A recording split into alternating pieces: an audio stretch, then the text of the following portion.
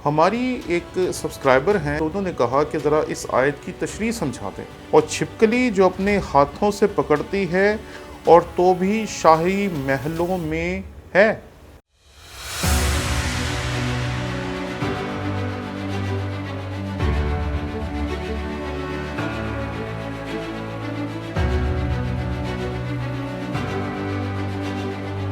हमने आपके शौक़ की कदर करते हुए एक नया यूट्यूब चैनल शुरू किया जिसका नाम है टोनी विलियम ऑफिशियल।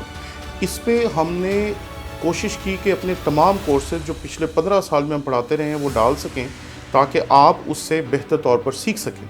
इसलिए आप जल्दी से जल्दी इस चैनल को जाकर सब्सक्राइब करें। जब इसके 1000 सब्सक्राइबर्स पूरे हो जाएंगे हम उसी दिन से इस पे अपने कोर्सेज डालना शुरू कर देंगे। इसलिए जल्दी करें ताकि हमारा टारगेट अचीव हो और हम इस पे अपने मटेरियल को डालना शुरू कर सकें।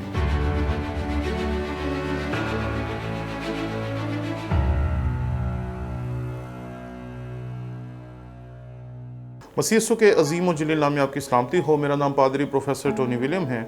हमारी एक सब्सक्राइबर हैं जिन्होंने खुदावंद के कलाम में से अमसाल उसके 30वें बाब की 28वीं आयत की तरफ मेरी तवज्जो मरकूज़ करवाई और उन्होंने कहा कि ज़रा इस आयत की तशरीह समझा दें क्योंकि ये आयत समझ नहीं आ रही। तो खुदावंद के कलाम में से मेरे साथ निकालिए अमसाल उसका 30वां बाब और उसकी 28वीं आयत। और छिपकली जो अपने हाथों से पकड़ती है और तो भी शाही महलों में है। जब हम खुदावंद के कलाम में से इन हवाला जात को देखते हैं जो ना सिर्फ 28वीं आयत है बल्कि इससे पीछे चले जाते हैं 25वीं आयत देखते हैं, तो यहाँ पर खुदावंद का बंदा हमें हशरातुल अर्ज़ और दीगर चीज़ों से सीखने की दावत देता है। और अगर आप 25वीं आयत देखें तो यहाँ लिखा है, चींटियाँ कमज़ोर मखलूक हैं तो भी गर्मी में अपने लिए खुराक जमा कर रखती हैं, और साफ़ान अगरचे नातवा मखलूक हैं तो भी चट्टानों के दरमियान अपने घर बनाते हैं। और टिड्डियाँ जिनका कोई बादशाह नहीं तो भी वो पुरे बांध कर निकलती हैं, यानी कि उनका कोई रहनुमा नहीं है, लेकिन तब भी वो ऐसे ही हमला करती हैं जैसे एक पूरी फ़ौज हमला कर रही है। तो यहाँ पर उनकी फितरत से या उनकी फितरत की बजाय अगर जबिल्लत कहा जाए तो ज़्यादा बेहतर होगा।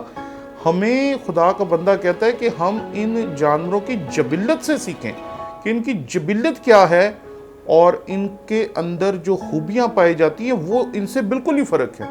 हम इन जानवरों को, इन हशरात को कभी भी खातिर में नहीं लाते, लेकिन वो ये कहता है कि ये अपनी तमाम हालत के बावजूद क्या क्या करती हैं और कैसे कैसे करती हैं और कहाँ कहाँ रहती हैं, ये देखने से ताल्लुक़ रखता है।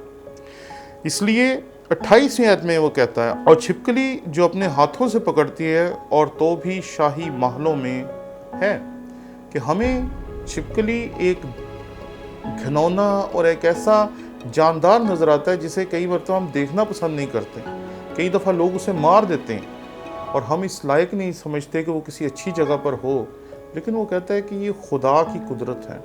वो किसी चीज़ को किसी बुलंदी पे रखता है, किसी चीज़ को किसी और बुलंदी पे रखता है, और इंसान किसी चीज़ की फितरत को देखकर, किसी चीज़ की खूबसूरती को देखकर या किसी के घनौनेपन को देखकर ये फैसला नहीं कर सकते कि इसे कहाँ होना चाहिए, जिसे जहाँ होना चाहिए। ये फैसला हमेशा खुदा करता है। इंसान जो लोगों की, इंसानों की ज़ाहिरी शक्ल पे नज़र करते हैं, वो कई मर्तबा समझते हैं इस शख्स को यहाँ पर नहीं होना चाहिए, लेकिन खुदा जिसे चाहता है जहाँ रखता है, और जो सरफराजी वो चाहता है वो उस इंसान को देता है।